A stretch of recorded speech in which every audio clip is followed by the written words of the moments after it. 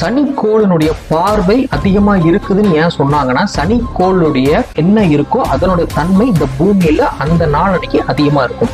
அதனோட தாக்கம் நேரடியா நம்ம பூமியில வந்து விழுகும். எப்படி சூரியனோட தாக்கம் வந்து இங்க விழுகும் போது சூரியன் அங்க அதிகமா இருந்தா இங்க வெயில் அதிகமா இருக்கும். அதே மாதிரி சனிக்கோளுடைய தாக்கமும் சனிக்கோளினுடைய நேர்கோட்டுல அந்த அந்த பூமியினுடைய பார்வை சனி மேல ரொம்ப அதிகமா இருக்கு. இப்போ அதுக்கு அர்த்தம் என்னன்னு கேட்டீங்கன்னா, இந்த பூமியிலையும் ஹைட்ரஜன் அந்த நாளன்னைக்கு அதிகமா இருக்கும். ஒரு மனிதன் வாழ்வதற்கு 2 ஹைட்ரஜன் 1 ஆக்சிஜன் கலந்த வாட்டர் வேணும். அதே மாதிரி சுவாசிக்க ஆக்சிஜன் வேணும் கண்டிப்பா. அப்போ ஹைட்ரஜன் கொஞ்சம் அதிகமா போனா என்ன ஆகும்? ஹைட்ரஜன் அதிகமா போகும்போது ஆக்சிஜன் டைலூட் ஆயிடும்.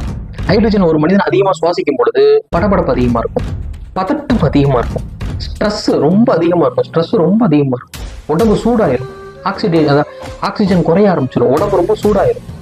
அப்போ நமக்கு மூளை வந்து ஒரு கான்சியஸ் ஸ்டேஜ்ல இருக்காது, உணர்வுகள் எல்லாம் இருக்காது அந்த அன்னைக்கு.